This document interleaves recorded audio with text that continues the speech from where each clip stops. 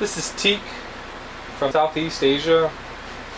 Very dense hardwood, very solid, used in boats. You really won't see it in guitars because of the high oil content, the high density of the wood. Doesn't really have a great tap tone. It's also incredibly expensive.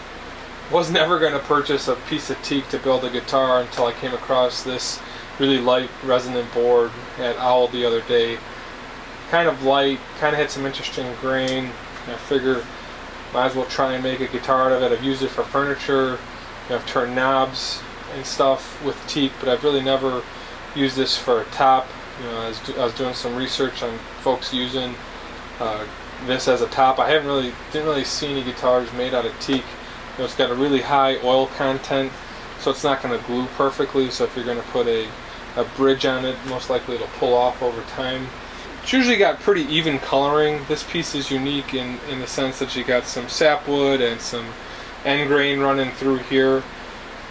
It's interesting, as this wood wears over time, if you're looking at any teak furniture that's been outside for a long time, what happens is the grain kind of wears differently. So the real soft grain kind of wears down and the hard growth grains stay firm. So it's actually like a natural channel develops. That's why they like using it on boats. You kind of got a natural anti-slip surface when you're using teak.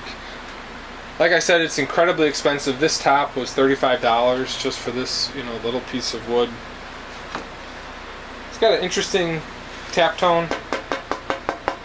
This specific piece does. It's actually kind of bright, somewhat airy.